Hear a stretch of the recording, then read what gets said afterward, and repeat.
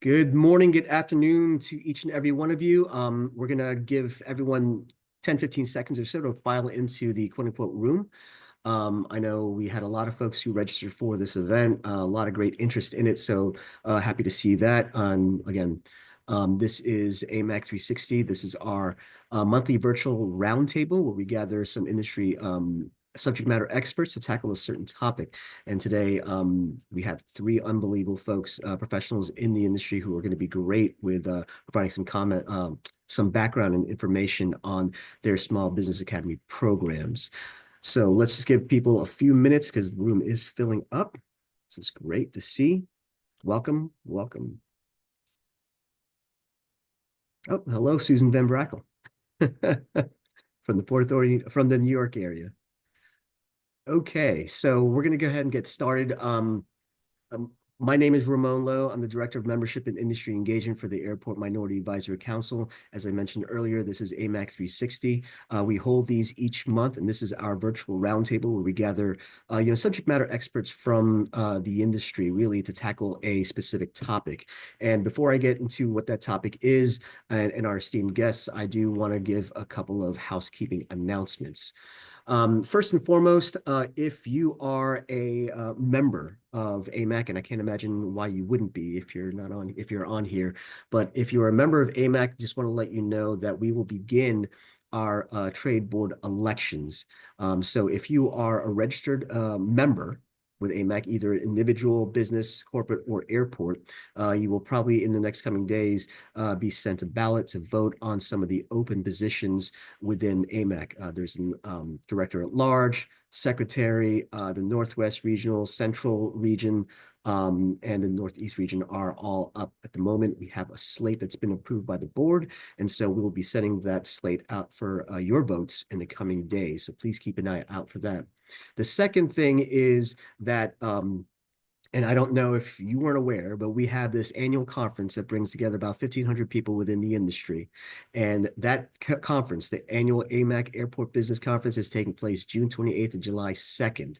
If you have not already registered, please do so. I'm going to make sure to have that put into the a link to access the website in the chat so you can register. Now, the reason being is that you want to register so you can have access to reserve your room. You cannot reserve your room unless you've registered.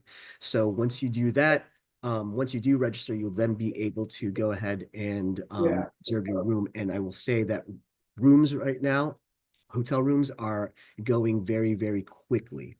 And I don't say that for marketing reasons. It's the truth. We're trying to get more, but it's not looking like it is. So please make sure you register for the conference so that you get the email link to reserve your room and join us and attend for this 40th. That's 4 decades of the AMAC Airport Business Conference. And make sure you celebrate with us.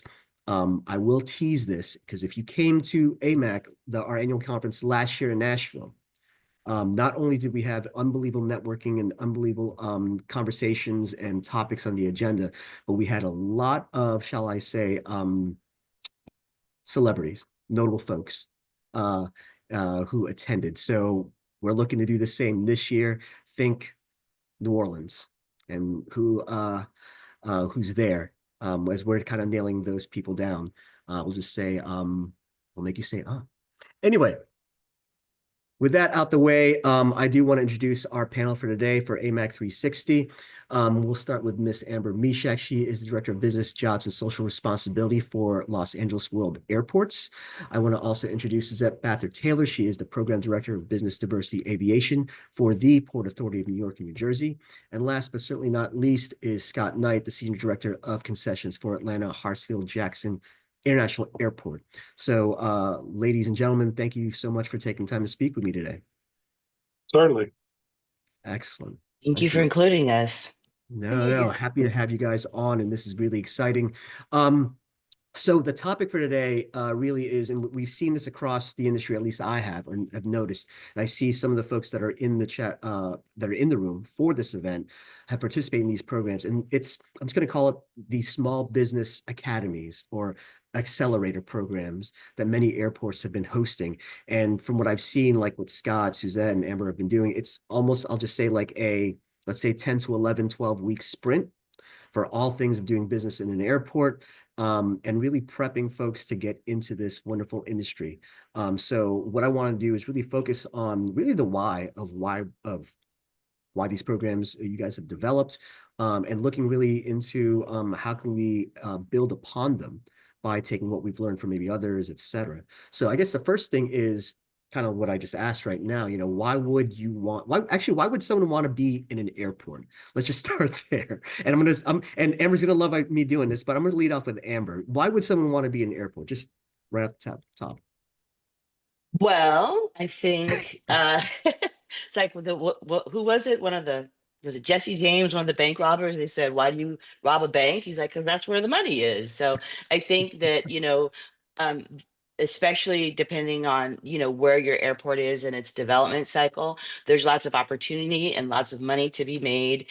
And you get to have an influence on, not just your own pocketbook and your potential legacy for your family business, but also for your community, for your regional economy. And a lot of times as a smaller business, you get to really be the link between the local economy, the local workforce, and these big national brands or international brands, and then the players in your community. So it's a very important role that can help generate success for yourself and for others around you. And Suzette, you're nodding along, so your answer is probably right along the same lines. Thank you very much, Ramon, for this opportunity, and thank you, AMAC, for giving the Port Authority of New York and New Jersey the space to share. And really, that's what it's all about, is sharing, right? Sharing is caring. Um, and I apologize, I'll adjust my background momentarily. I've had the Friday of all Fridays. Nevertheless, agreeing with Amber, it's the motivation behind creating the Institute of Concessions, and I'll refer to it as IOC for folks.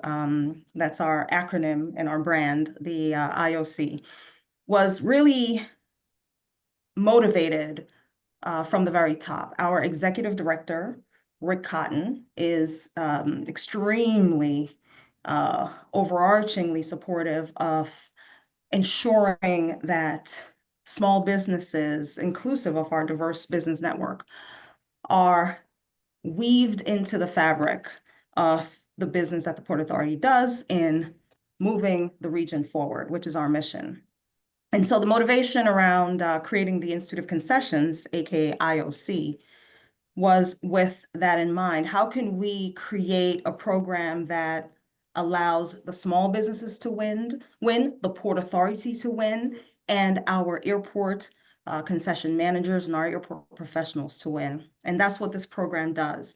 It allows each of those stakeholders to benefit from the impact of this program.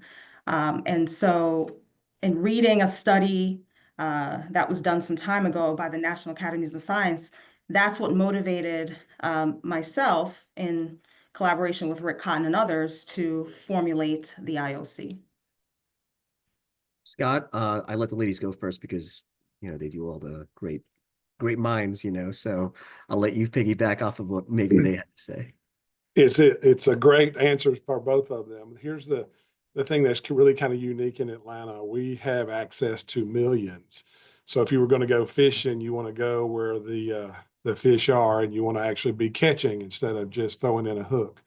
We are absolutely record breaking in so many ways. But what's amazing to me is that to add on to what others have said, yeah, you make a lot of money, but it's a national expansion platform. It's one of the things that we try to refer to. A lot of people will try to start up in an airport and really define or refine their business model. Getting into other transportation hubs is also very powerful if you've been in Atlanta. And so we look at the management of compliance, the logistics, the staffing stuff you and I, Ramona, talked about earlier. In airports, you got to be a lot more operationally excellent. And so it ultimately takes an entrepreneur to the next level. And that's where I'll stop. Oh, excellent. So I mentioned earlier at the top of the program, basically, there's a lot of overlap in some of the programs that we've all put together, or that you guys, I should say, not we, but you guys have put together for these small businesses. So having that in mind, I did want to talk about the curriculum in some ways. I think there are some things that we could talk about the logistical challenges of being in an airport, the capital cost in an airport, et cetera. But because that's just common. I just wanted to know from each and every one of you, just looking at your programs, did you kind of stay within the lens of just looking what's specific to the airports as far as challenges, or did you kind of blend in things from the street? Because again, we have to keep evolving these programs as challenges from the street side bleed into our space. So I'll start with Suzette on that one. Thank you. So our target audience for the Institute of Concessions, IOC, is are businesses that are operating, credible businesses operating on the street, small businesses. And the concept and the practicality of the program is significantly framed around the airport environment, right? And so we want businesses who are on the street to operate successful in the airport. We all know that these are two very distinct environments, very different ways in which businesses operating can be successful. So, the goal, the Institute of Concessions is solely based on airport environment. What are the components and the competencies that a business would need in order to understand how to operate successfully, right? And then once they understand those competencies, how do we assess the level of learning by way of providing them with a mock RFP so that they can essentially illustrate what they've learned in response. And then once they complete that, how do we pair them up with commercial concession managers who are in operation, who know a successful business versus one that's there's an opportunity to grow, and showing these businesses through an apprenticeship what is expected of them to be successful and how they can conduct themselves in a successful manner. So all the components of the Institute of Concessions are based on the airport environment. Excellent. And so, Amber, I'd be remiss to say, I know yours, I believe your program is Build LAX, the Academy, correct? And that's accurate. Is it similar to, again, not similar, I guess, an approach that Suzette has with IOC? Yeah, I think some of the similarities are that obviously what we're trying to do is take businesses who already have some history, some operational experience, and really make sure that they're ready for the specific challenges of the airport environment. And then LAX, of course, Los Angeles International Airport, we have challenges that are specific to us, even as an airport. I'm sure many of you have heard, you've seen one airport, you've seen one airport. So LAX in particular, the Build LAX Academy was centered around getting small, local, and diverse businesses in onto our $30 billion capital program, which was just starting a few years ago. And so when you have, that many projects going on at one time, and LAX has one of the smallest airport area footprints of any major hub airport in the world.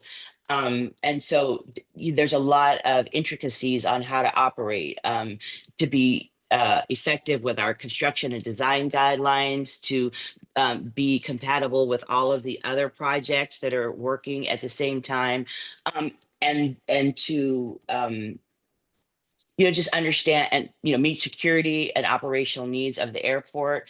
But at the same time, I think that some things are just germane to business, right? At the end of the day, business is about relationship building, whether you're on the street, whether you're doing construction, whether you're doing concessions. You need an opportunity to really show who you are, and get to know people so that they trust you enough to bring you into their business. And so for us, that was really one of the central focuses, and I think one of the central successes of our program was that by bringing in the prime contractors, the LAWA staff and executives as instructors, you're spending hours in a classroom with our participants, opposed to just meeting them at a matchmaker or a mixing event for 5-10 minutes here and there. So it really built long-term durable relationships that resulted in in business partnerships. And so that was really the thing that I think we're most proud of. Excellent. And Scott, yours, Gateway to Growth, I think, was it a couple weeks ago or maybe a week ago, you just had your first graduating class. So Yep. congrats to them on that. So is following a similar track as well? Now, I do want to ask though, because Scott, you and I have gotten to know each other as well.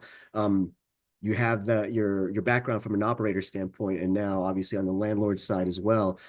So as you guys continue your Gateway to Growth program, is it also the same, strictly focused on what the principles of running a business in an airport?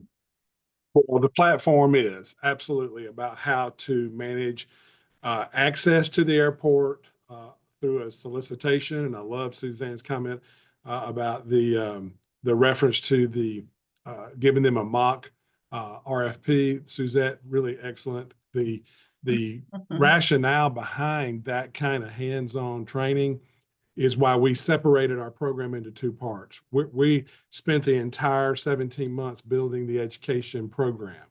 Now we're in the process of defining and building out what the access to a solicitation or an RFQ, getting into the airport and needing a little more hand-holding as a direct lease rather than a master concessionaire model.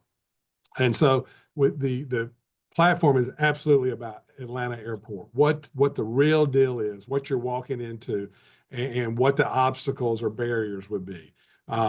So many of the graduates' testimonials state that everything we presented them, however, translates to their street business. And two of them actually online businesses. Some of them had nothing to do with the airport operations. It was, a printing company or someone, selling a product that had not even been introduced into the airport. There was just so much diversity in the program. But as a national broadcasted application process, we ended up, honoring the FAA guidelines for race and gender neutral. We also are direct leasing in the future with them. We are going to do smaller leases. So the program, as you defined it, called Gateway to Growth, is absolutely educational. It's annual. It's February to May every year. It will continue to be refined and improved upon from the feedback we've got from the first cohort. So it's off and running, and we're very proud of it. I want to go back to something that Suzette had mentioned, not mentioned, but basically it should have occurred to me. The Port Authority, you have three, actually more, but you have three really major airports under the Port Authority. You got LaGuardia, JFK, and Newark, et cetera. But even if we just took JFK from that standpoint, well, first you got those three airports. So is the program easy to where, irregardless of which airport you're focusing on, those principles are applicable? But also now let's go into JFK where you do have other, developers in there, let's say like a Fraport, et cetera. Does it have to be tailored, or is it just basically math is math and you're teaching math? Is it that approach? Amber said it, and I know the industry says when you're in an airport, that's the airport, right? Each airport has its own culture, right? And yes, JFK, LaGuardia, and Newark are 3 of our 5 airports. And each of those airports have their own nature, their own culture.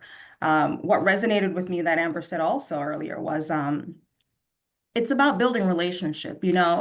While the IOC is a plug and play sort of program, right? And I defined earlier the learning component. And so the learning component consists of logistics and operations in an airport, designing your concessions, what that means, security requirements, financial investment and midterm investment, customer service. So, and a number of other competencies. Those competencies are scaled and consistent across our airports, right? However, tying it back to what Amber said about building relationship, we embrace and engage our airport partners. So all of the concession managers, all of the Fraports and the URWs and the Vantages and all of our partners that we provide and host and deliver this business to our customers, we embrace them in this program so that not only do the businesses begin to build their relationships with these individuals, and these individuals also build their relationships with the businesses to understand what sort of concepts are unique, that we can bring into the airport environment.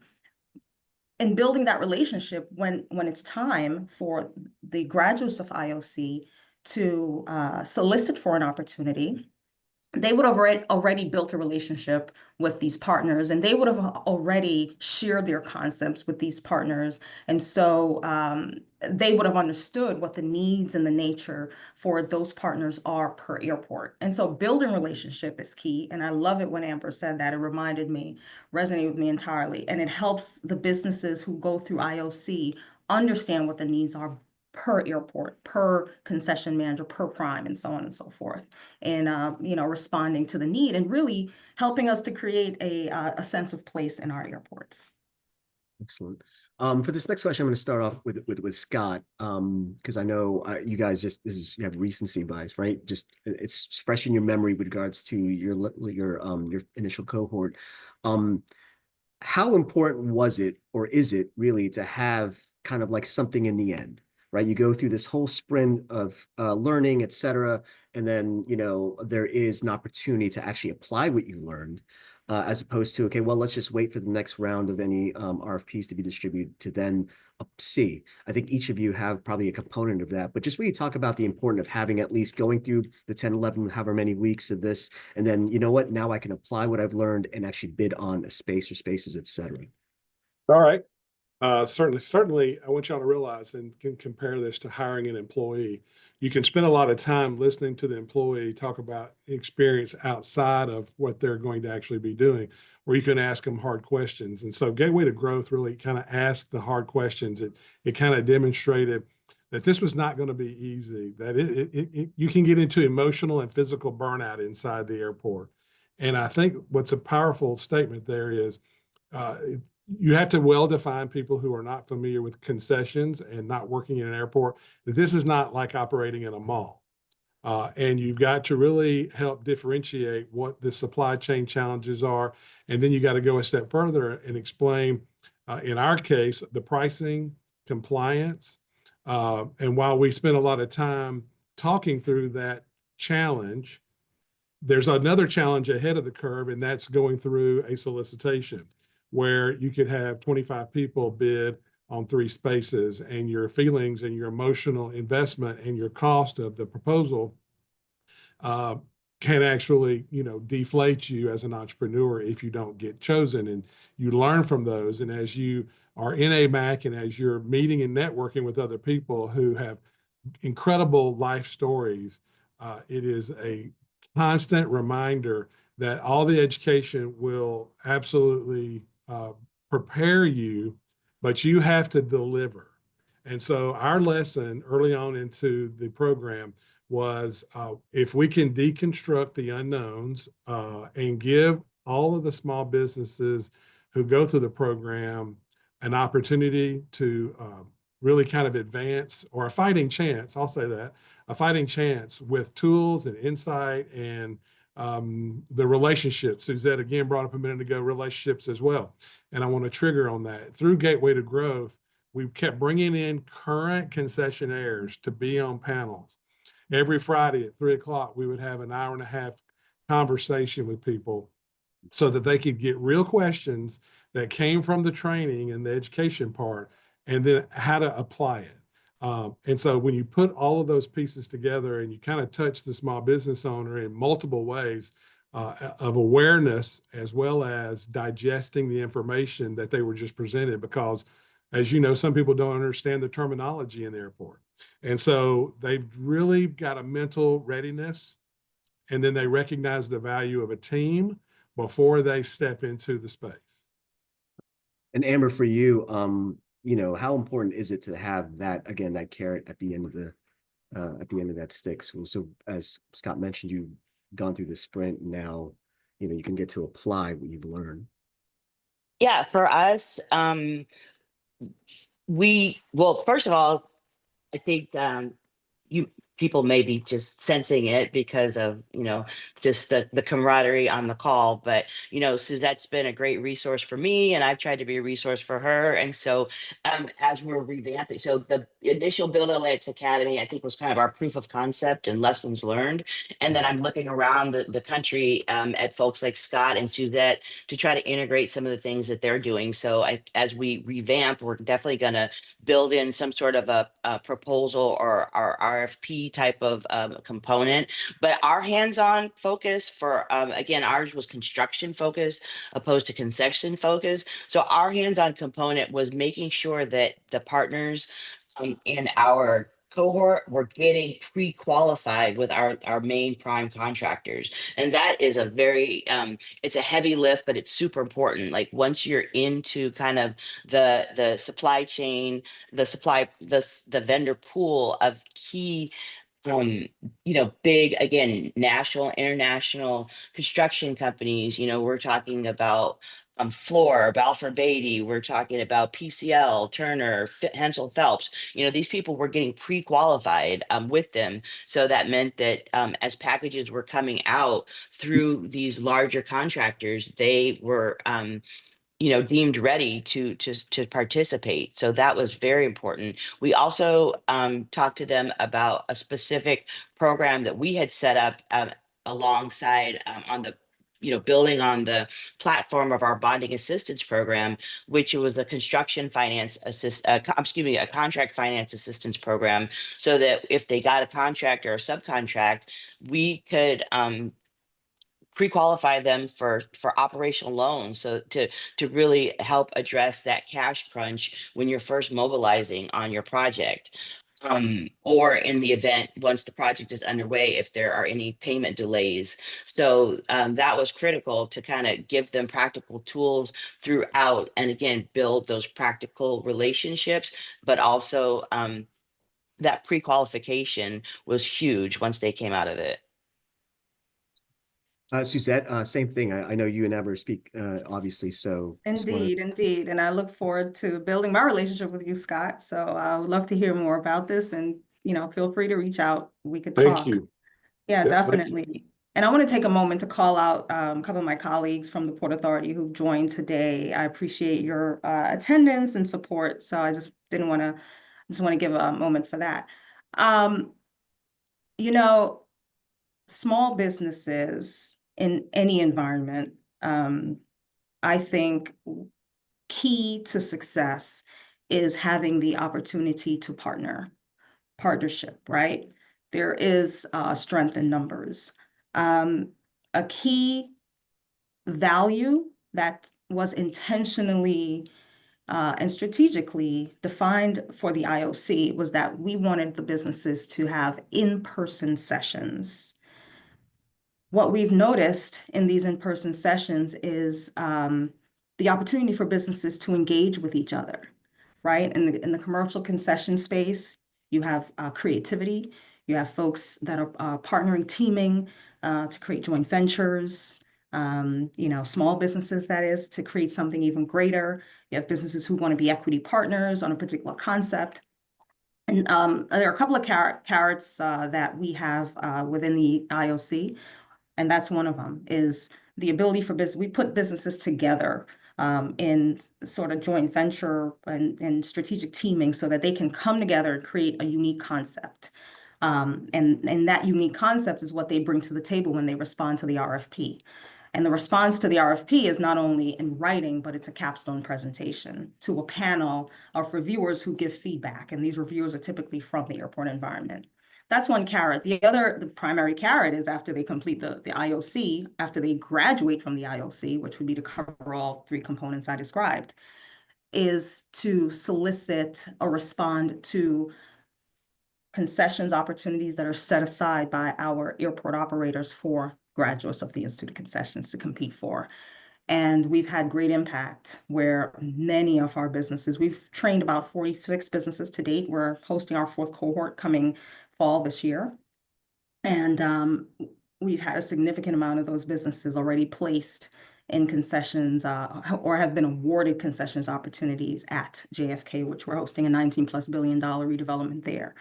So that is the ultimate carrot. But beyond that, these businesses are now trained to even solicit for an opportunity at Newark or solicit for an opportunity at LaGuardia or even nationally. So it gives businesses the confidence to know that, hey, I have a unique concept. I can deliver this concept. I understand the airport nomenclature. I've built relationships.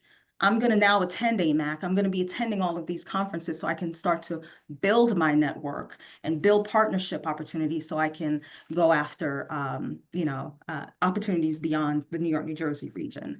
And that's what, that's the ultimate goal of the program.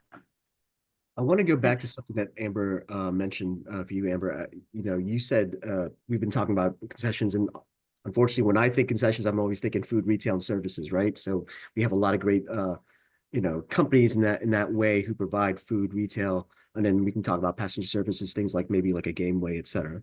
For you, you were intentional of like the first cohort was not. It was all on the AEC side or architecture, engineering, and construction. So from my understanding, because I'm more on the concession side, or at least historically, from what I've been learning, obviously there's like a dearth of locals and such that could provide services in that space. So was your program great and I guess focused on helping to, I guess, grow that group so that you have more locals who can participate or at least are familiar with participating on the AEC side?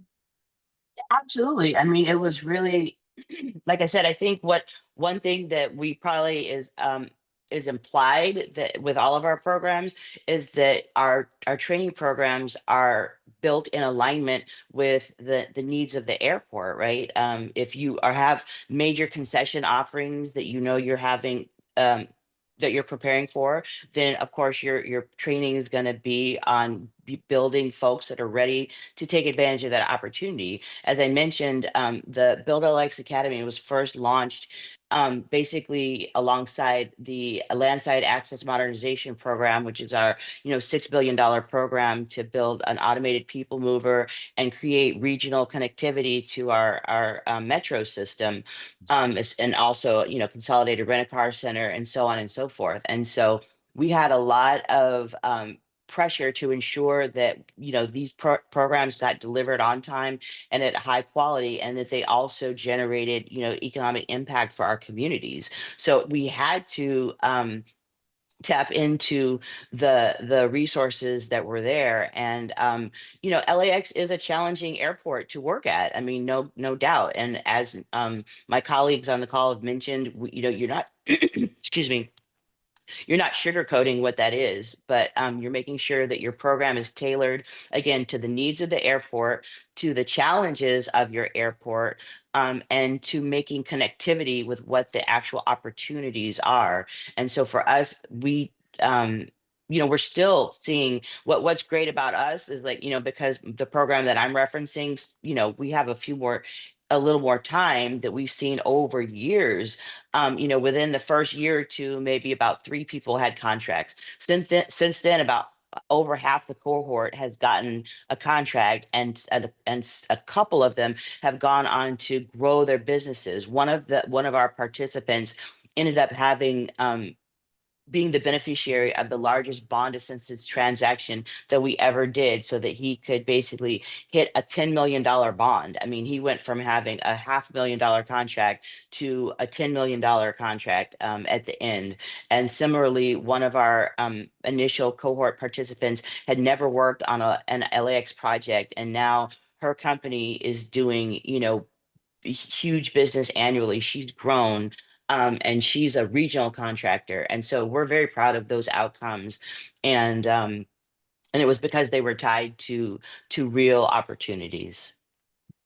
So Scott, I'll go back to you as well. I know we're going to talk later on about evolving this program, but I know right now you're focused on the food and retail side. Are there aspects of your program, Gateway Growth, that you can then transfer over to the AEC side as well? That's a great question. The present moment for us is focused on traditional concessions. I know that I've got the Department of Procurement working on the outreach programs for construction teams and expanding the opportunity there through their academy. Internally here, we're really mainly focused on the food and beverage retail operator services. We are in a master plan redesign program here. And I'll give some kudos back to everybody.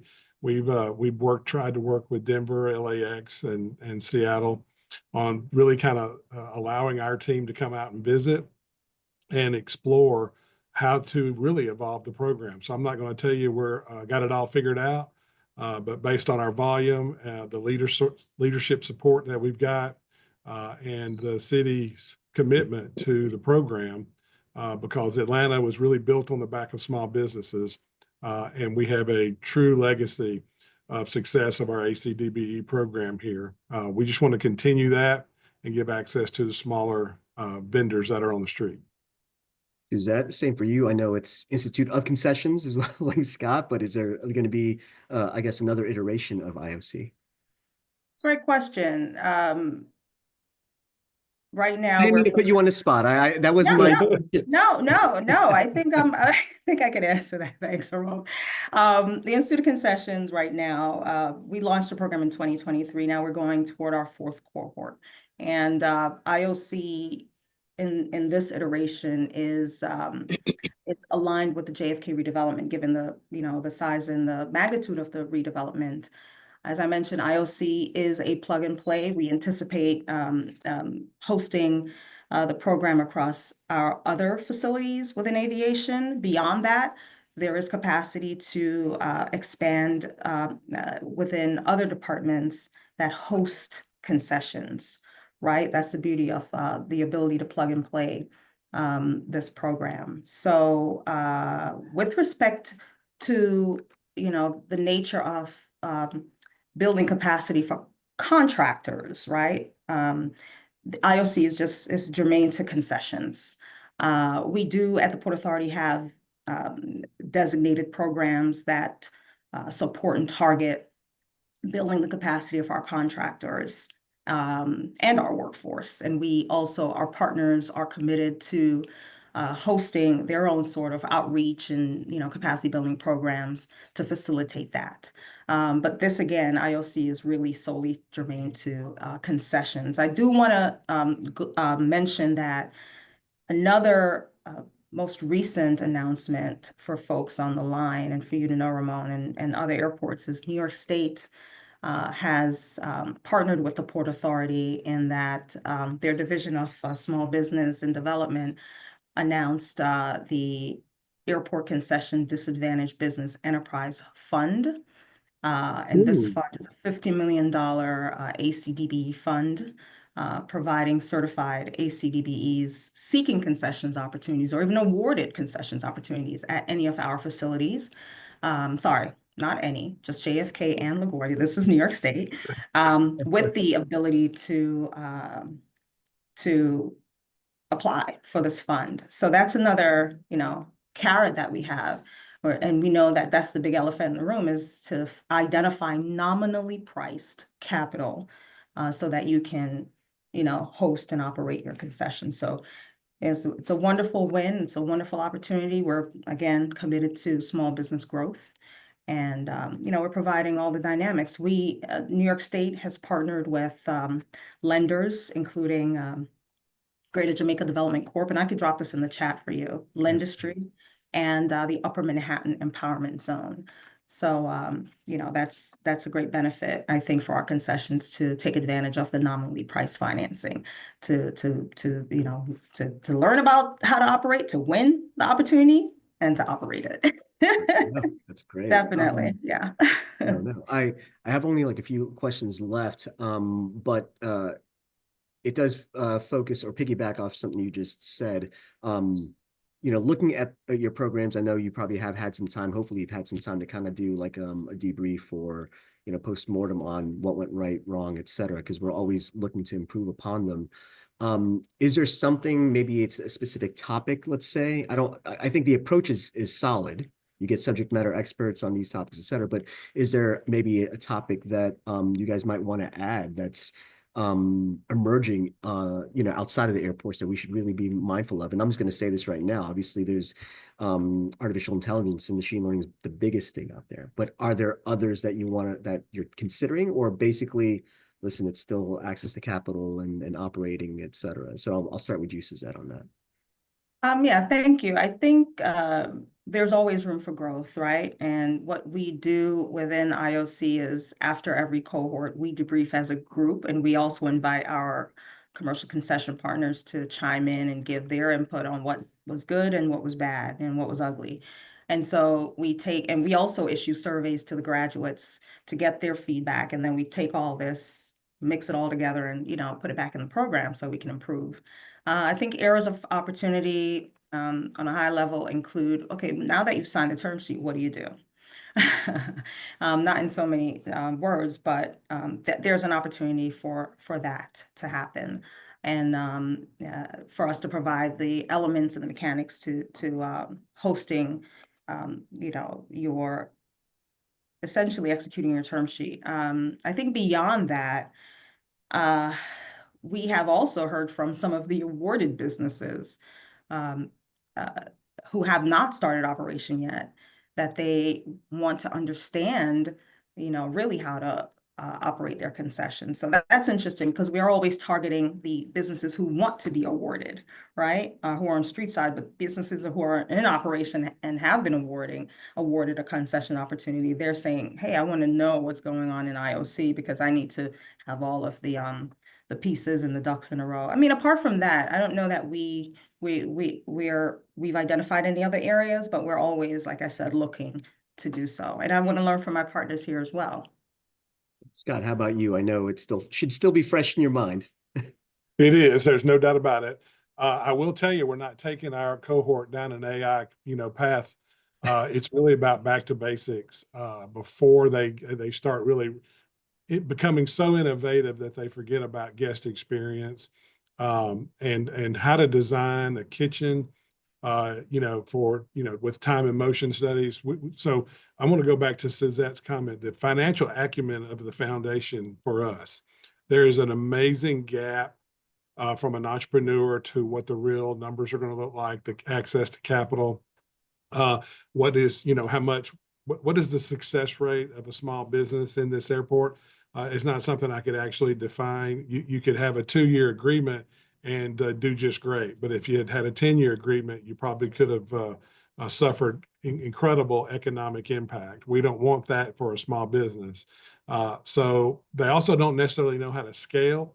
Sometimes in their quest for more and for those dollar signs, they will scale beyond their manpower plan. And they're not operationally ready to be in 4 places at the same time themselves. And so you have more than a textbook experience that you've got to develop.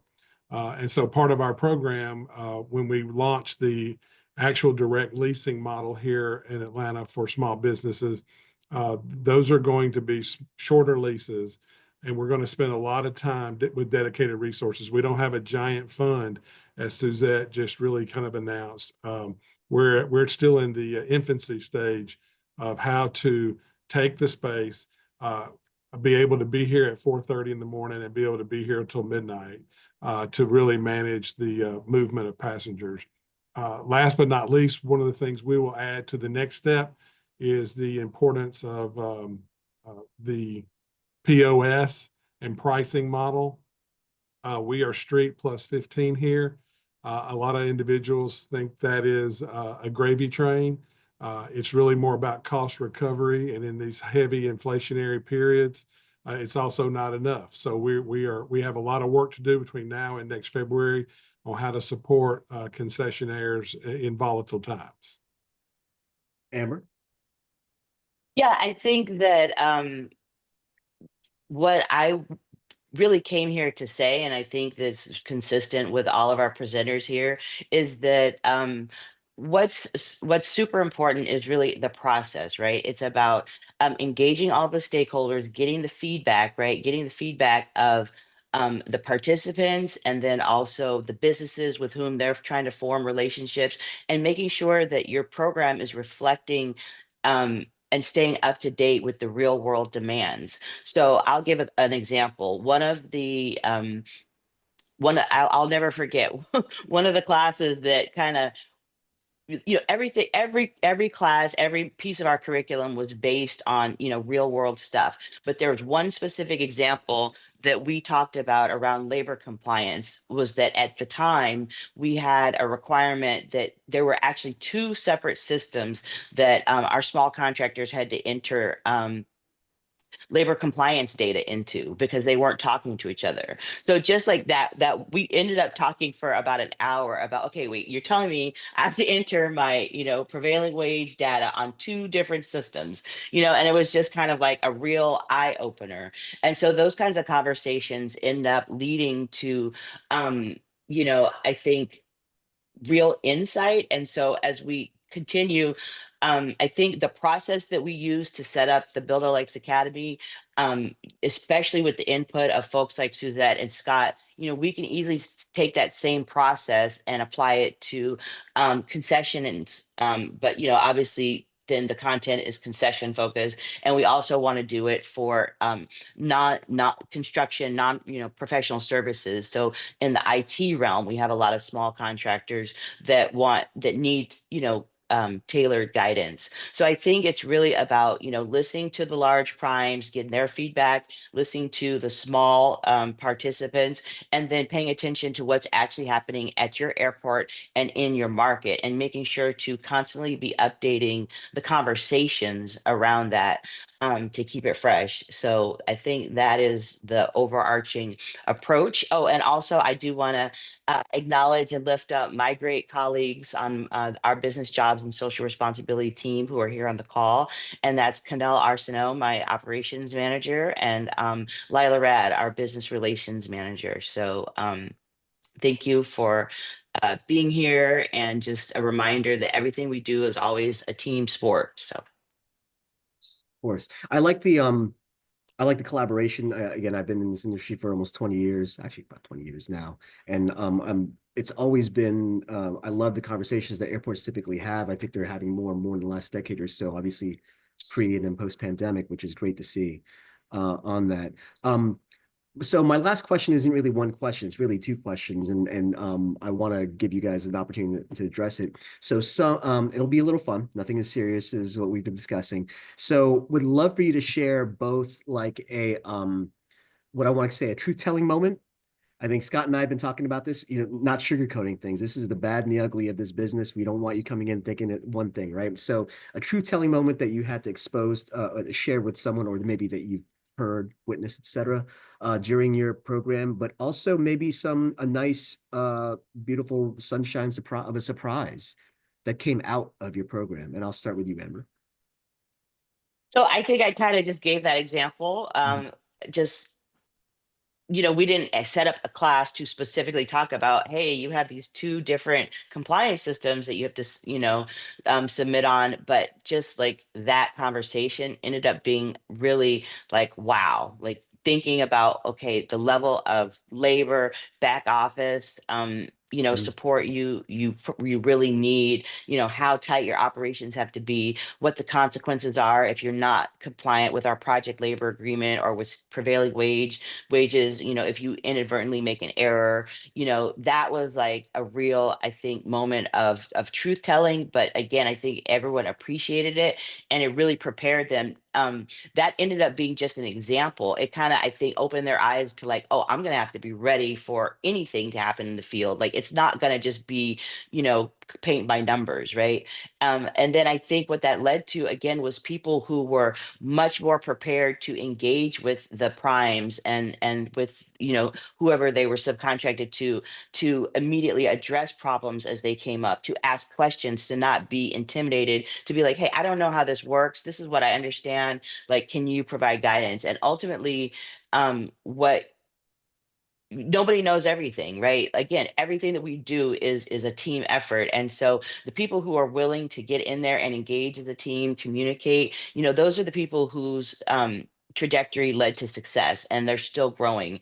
And they're still the ones that are proactively reaching out and saying, hey, I'm having this challenge, or hey, we need to head off this problem at the pass before it, grows bigger. And so I think those are the the kind of muscle building, that takes place when you start with kind of just small examples of issues. Another thing is project labor agreement, right? Like a lot of firms, especially small contractors who are not necessarily union contractors, they're very intimidated by the project labor agreement and they don't know how to use it. But we talked, Scott mentioned about scaling. We talked to them about how you can look at some of these things as a benefit to you. I mean, if you're a small contractor and you have a real handful of core workers, you can scale up to handle more projects if you understand how to work with the union hall, labor call out process. You can have more flexible labor capacity to manage jobs that you wouldn't have been able to manage with just your core team. And so, we try to put them up on game, so to speak, about how to actually navigate some of these challenges in a way that it's never easy, but it's definitely something that can benefit you once you kind of feel comfortable taking on the challenge. Suzette, how about a truth-telling moment and maybe like a pleasant surprise moment from during your time with this program? Yeah, the truth-telling moment, I think, is intentionally sewn into the program. We, in fact, the individual who happens to be a African American architect and designer that has been in operation for many decades in Queens, New York. His name is Robert Gaskin. He is our instructor for the design, how to design your concessions, designing and constructing your concessions. Now, what Robert reveals during those meetings with the businesses is that he once hosted a concessions, Hugo Boss and another, and he will openly say, I failed, and this is why.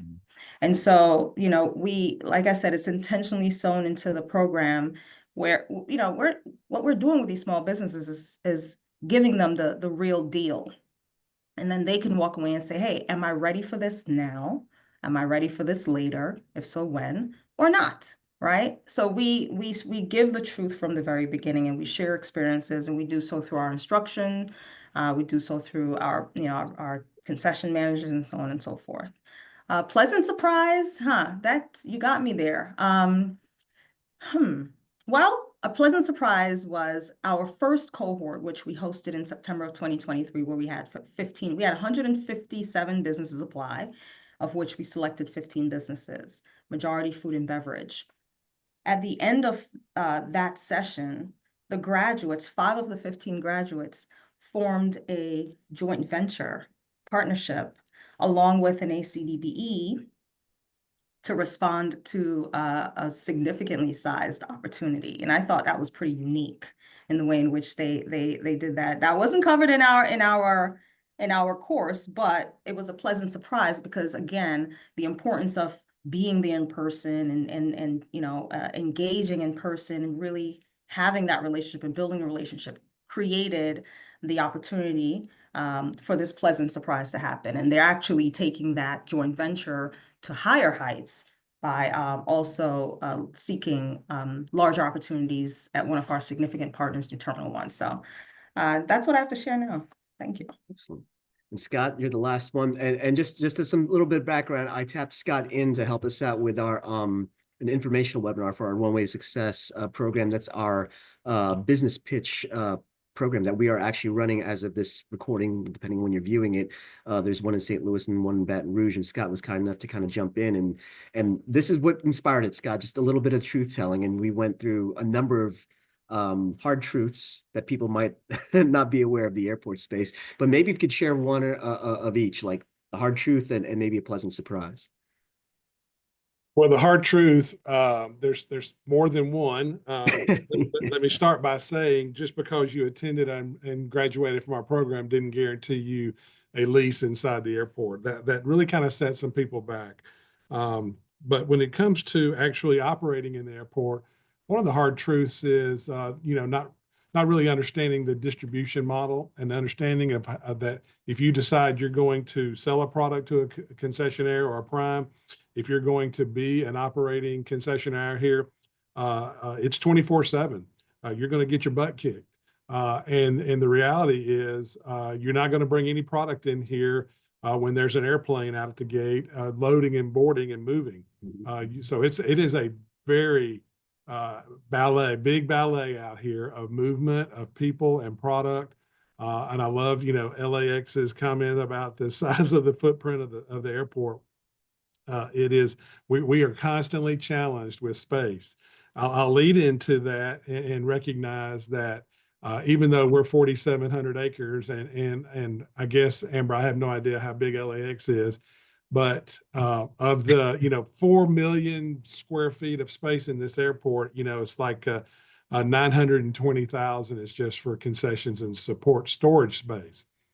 So we're trying to figure out how to automate storage inside a concession space so that cups and big boxes of products can be stored above the ceiling grid safely and moved. There's just so much innovation that will occur when you are limited to the facility size. The aha for me through the Gateway to Growth program was, as an entrepreneur and as a small business operator, you're working hard to consume information and translate it back into productive time management and see real results.